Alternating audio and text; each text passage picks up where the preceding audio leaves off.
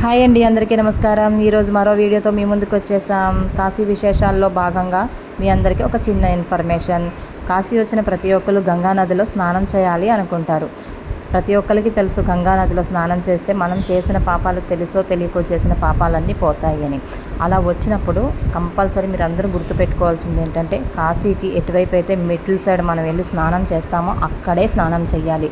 ఆ అస్సీ ఘాట్ నుంచి వరుణ ఘాట్ మధ్యలో ఏ ఘాట్లోనైనా మనం స్నానం చేసేటప్పుడు గుడి వైపు సైడ్ ఉన్న ఘాట్లలో మెట్ల సైడ్ మాత్రమే గంగా నదిలో స్నానం చేయాలి. బోటు వాళ్ళు వాళ్ళ బిజినెస్ కోసం చెప్తారు, ఇటు వాటర్ బాగలేదు, అటువైపు వెళ్ళి స్నానం చేద్దాము అని చెప్తారు, అటు సైడ్ వాటర్ బాగుంటుంది అని చెప్తారు.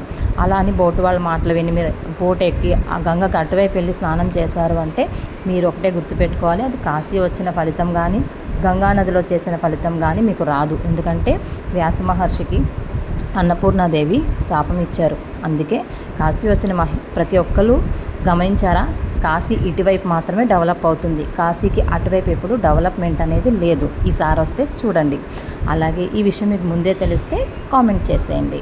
ప్రతి ఒక్కరు సబ్స్క్రైబ్ చేసుకోండి. కాశీ గురించి మరిన్ని విషయాలు ప్రతిరోజు వీడియోస్ పెడుతూనే ఉంటాం. Please like, share and subscribe. Chaitu Varanasi అబ్బాయి.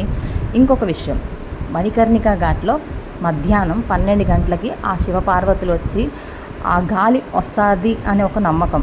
ఆ టైంలో మనం అక్కడికి వెళ్ళి ఆ మణికర్ణికా ఘాట్లో స్నానం చేస్తే చాలా మంచిది. Thank you. Bye bye.